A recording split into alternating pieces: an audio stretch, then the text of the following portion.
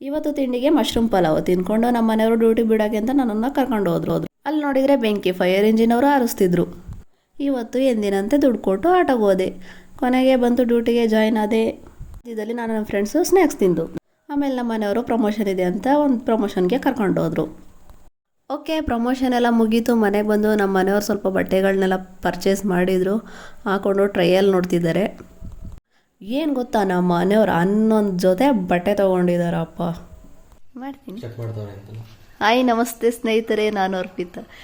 ಏನಪ್ಪ ವಿಷಯ ಅಂದರೆ, ನಾಳೆ ನಮ್ಮದು ವೆಡ್ಡಿಂಗ್ ಆ್ಯನಿವರ್ಸರಿ. ನಾನು ರಘು ಅವರಿಗೆ 11 ಜೊತೆ ಬಟ್ಟೆ ಕೊಡಿಸಿದ್ದೀನಿ ನೋಡಿ. ಥ್ಯಾಂಕ್ಸ್ ಹೇಳ್ರಿ.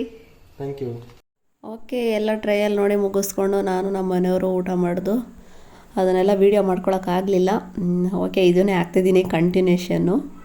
ಸರಿ, ಇದಾಗಿತ್ತು ನಮ್ಮ ಇವತ್ತಿನ ದಿನ. ಮತ್ತೆ ಸಿಗುವ. ಟಾಟಾ, ಬಾಯ್ ಬಾಯ್, ಟೇಕ್ ಕೇರ್.